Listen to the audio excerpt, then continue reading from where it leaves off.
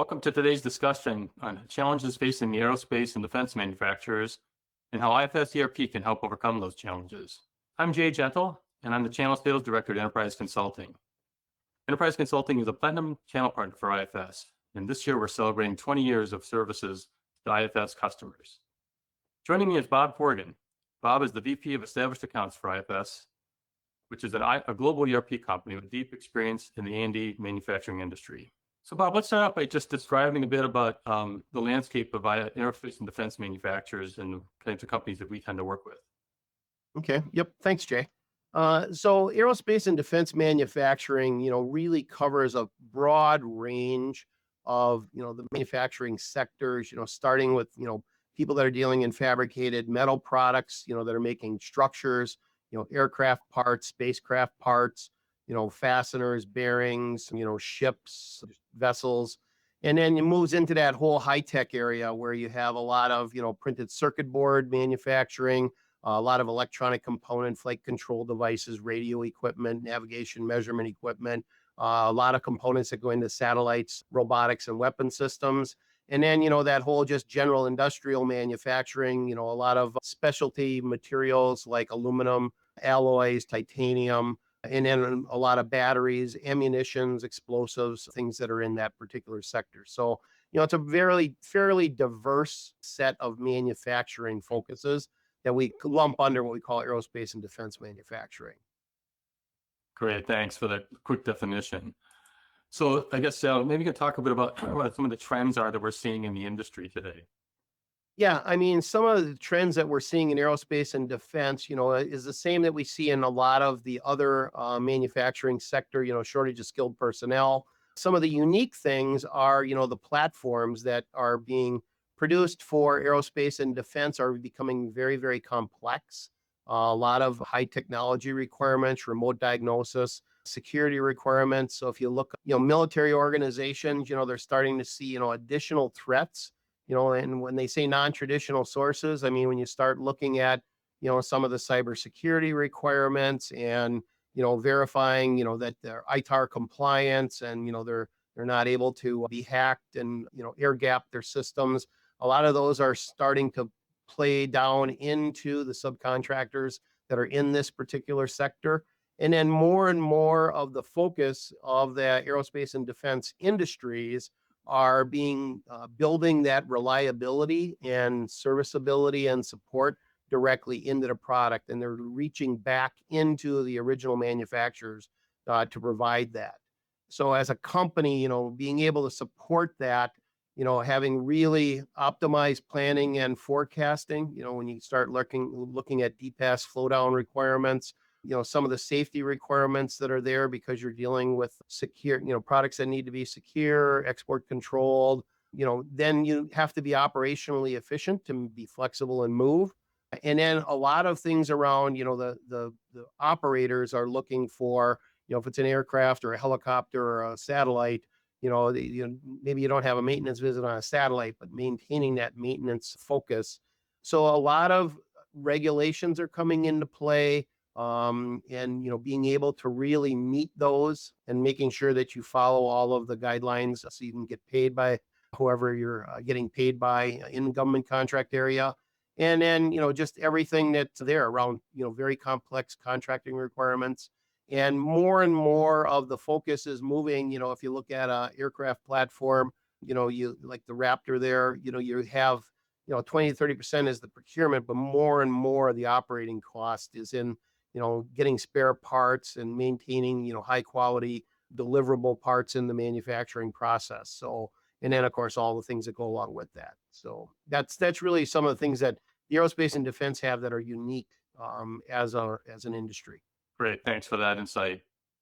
So I'd like to hear a little bit more about some of the pain points that some of our customers are telling us about today, Bob. I think, they're very similar to what we see in a lot of other areas. They're a little bit focused in the aerospace and defense area. I mean, global competition, everyone is trying to bid for those, contracts, whether they're for space exploration or whether they're for defense contracts. So, you're starting to see a lot more competition coming from Europe, the Middle East, even from, Australia, that are moving in and, building subcomponents of this or bidding on projects. And, that does affect the whole supply chain.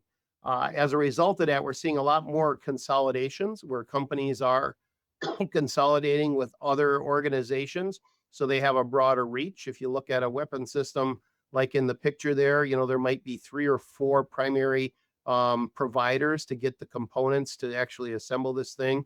And whoever the manufacturer on this particular product is, they want to make sure that they know where that product's coming from. Sometimes they're just buying the company that makes some of those subcomponents and bringing it into their organization.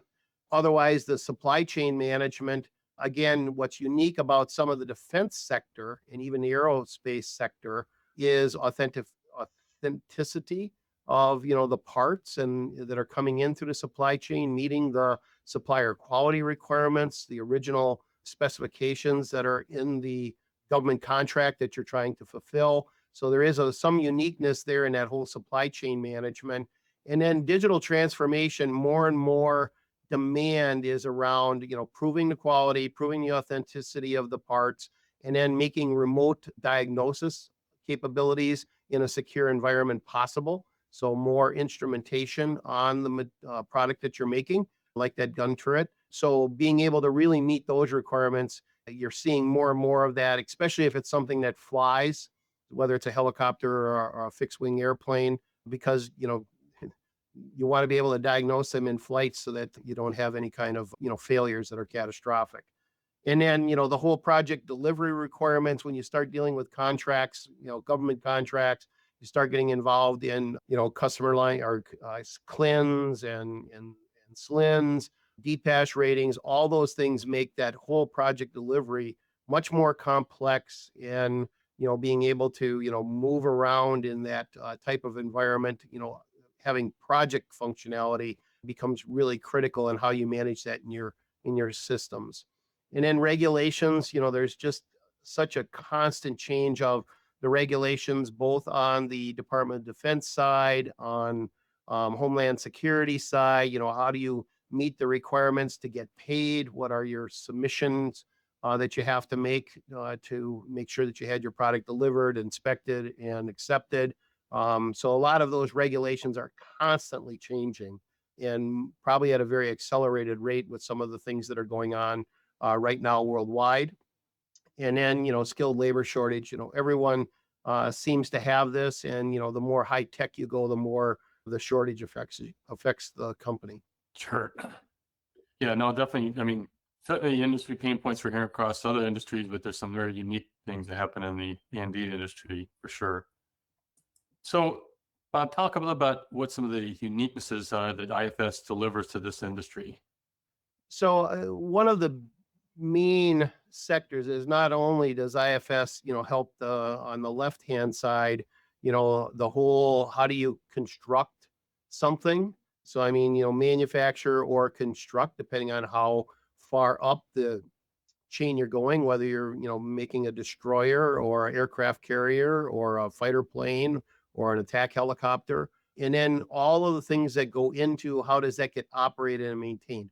One of the unique things about IFS, not only do we help with the procurement and manufacturing and everything that's around it, but we also have been focusing on, maintenance, repair, and overhaul, since the, original founding of the company. So we have a lot of capabilities that are built into our solution that really help with, not only how you build the product or how you also operate and maintain, which is pretty important when you start looking at some of the platforms that are out there for aerospace and defense. Sure. Yeah, and then I think this is a good slide that kind of talks a little bit about the solution that IFS delivers to the industry. Yeah. And I mean, IFS, our goal is to, not have to have a lot of different, systems in place to meet the requirements that you have as a A&D manufacturer. So everything from the whole CRM and marketing, a lot of our companies that are doing A&D manufacturing, it's a percentage of their business. Sometimes it's a low percentage, maybe 10 or 20%. Sometimes it's a high percentage, maybe 80 or 90%. But many times, people are manufacturing, products based on what their capabilities are. and they don't all go to A&D. So, CRM into product development, meeting all the requirements that are there for, CAD connectors, PDM, vaulting, ITAR compliance, all of those types of things. And then your procurement, your manufacturing, your shipment, and some of the things that are unique when you get into manufacturing, being able to meet the requirements on the shipment side and keeping track of, defense addresses. All of those types of things are in the IFS solution. And then, of course, we do have a focus on service, which gives you some reach if you're going to try to, produce material and parts that are going into a platform. Then you have the ability to say, hey, and also I give you reach back for service, spare parts, remote diagnosis. Some of those things are becoming really more and more critical if you're in that E&D sector. Yeah, and like you said, all of this is part of the IFS solution. So there's no extra add-on components or capabilities being brought by other products or other ERP systems. So that's very powerful. So what are some of the unique things that IFS delivers to this industry? Well, IFS has been in the E&D industry for about 20 years, and we've worked with a lot of manufacturers that are trying to meet that DoD. Whether you're an OEM or a contractor. And over the years, we've built a lot of specific requirements into our solution to meet those DoD requirements in a commercial off-the-shelf solution. Nothing is really custom, so we have the ability to meet the supplier classifications, defense contract call-offs, CLINs, SINs, NEICS codes, contract flowdowns, including DPAS, all the contract, reporting requirements that are in DD 250s and, WAWF reporting, all the IRAP messages, SPAR clauses. If you're in this particular sector, these are critical to your ability to operate and do business. And then all the unique things that are there around engineering revision, drawing revisions, that whole ITAR compliance, how you do parts to specific revisions, that's part authenticity requirements, date codes, part numbers, and visibility all the way through. And then some of the unique things like the defense specific address handling, the defense RFID support and the shipment process, and then that whole item unique identification numbers that are out there. These are just Sure. some of the things we have, and I think there's a graphic. Yeah, this slide is a graphic, So this is I know this is a little maybe hard to find, but it really shows, and when you start to integrate a defense contract into a system, and how do you actually do that? Whether you're the prime or a subcontractor, I mean, it still comes down to you're ordering, through purchasing, you're selling through customer order lines and sales orders, and being able to really track all the way everything that's in that defense contract. The CLINs and the SLINs, the order number, the order sequence, the DPAS ratings, tracking that into that whole customer order in the middle there and keeping track of it. And then what IFS does is we do have this project functionality in the orange there in the middle. And this is something that, IFS has that's fairly unique in the industry that allows you to use the project to track everything and tie it directly into those defense contracts. And then, as I said, when you get into the actual shipment area, being able to supply the defense address handling requirements, the specific RFID requirements, and then making sure you have all of the data you need for all the electronic invoicing and, reporting so that you can get paid on those DD 250 and IRAP file reports. So this just kind of is another way of looking at that functionality. Sure. Yeah, and you mentioned projects as being kind of at the core of some of what we deliver from the IFS solution, and this kind of describes some of that as well, I think. Yeah, and I mean, in some of the larger agreements that you'll get into in E&D, you'll have things like earned value. You have a lot of milestone payments. You have a lot of things that are defined by, estimate to complete and, estimate at completion, earned value, spreading your forecast. So IFS has a projects functionality that's can be used as the central core of the ERP solution.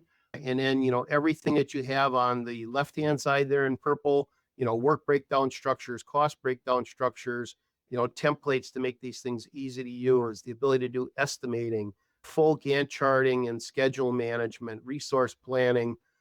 All of that is tied directly to that project, gives you that visibility. And then everything down on the bottom, is where you're tying it all the way from that original tendering and design, and then how you go through your procurement, maintaining your control. So a lot of these contracts require that material be purchased directly to that particular project or that particular contract. So being able to do that with project inventory, project MRP, those are some of the unique things that are within the IFS solution that support that. Subcontracting, and then, anything that you have to do in relation to commissioning, installing, or if you have to do subcontracted work, that's all in the IFS. This is just one of the hearts of the IFS ERP solution. Great. Thanks, Bob. I know you wanted to mention something else regarding export control. Yeah, I think, those that are in the area where they're making, export license controlled materials, those of you that are manufacturing those know that you have to have a license to export to certain, areas around the world. And IFS has a fully embedded, fully integrated export license management solution. And it does do everything that you would need to control this directly in the application. And, it can stop orders. It can, do everything that you need to meet the requirements and demands that are out there for your export license controls. Good. That's very good to know as well. I hear about that need from some of our other customers. Yep. So I know ITAR control is also top of mind for A&D manufacturers. Yeah. Talk a bit about what's that? Yeah. So ITAR, I mean, you have lots of different requirements to, maintain your compliance with the International Traffic in Arms regulations, the ITAR regulations. And, more and more that is becoming critical to where your software lives, in the cloud, or whether you're running it in your on-premise environment or you're running it in someone else's, cloud environment. And IFS has a full solution to support this. We have our people that are, US persons only to access these systems. And then we use the Microsoft Azure Gov Cloud as our platform. That platform is only in sovereign US. It's trusted by all the federal and state and local regulations, including, FedRAMP. And then, physically, these data centers are isolated, they're only US screened persons. And, we maintain that highest level of security and regulation compliance, which is built into most requirements in most aerospace and defense contracts today. Great. I'm sure that'll help some folks. They're concerned about security and knowing that they can have a system that's bound within these controls. So just if you could, Bob, share a little bit about some of the customers IFS works with in this industry. Well, IFS, we cover, a very broad range. So, I mean, we work with some of the main primary contractors like BAE and, General Dynamics, multiple divisions in each of those companies. We work with very large defense providers like Austal, making, ships, and then we'll work with people that make a lot of aerospace parts, satellite parts. If you look at Ball Aerospace and Technologies, you look at Seeker Engineering down in the lower left-hand side, there's a lot of space components. And then you look at a lot of explosives and ammunition, and Ensign Bickford Aerospace and Defense, guidance systems with, 2.6, fuel systems for helicopters, bladder control systems for helicopters and fighter jets by Robertson. So we have a broad range of companies that we cover, small to large, and a very diverse mix of products that, fulfill the requirements both on the commercial airline side as well as on the aerospace and defense side. Well, great. Thanks a lot, Bob, for your time today and sharing some of the challenges that we're hearing from companies in this industry and how IFS can support and help improve them. If you have any other questions, you want to learn more about IFS and enterprise consulting can support your aerospace and defense manufacturing company, you can reach out to me at my email address below. Thank you.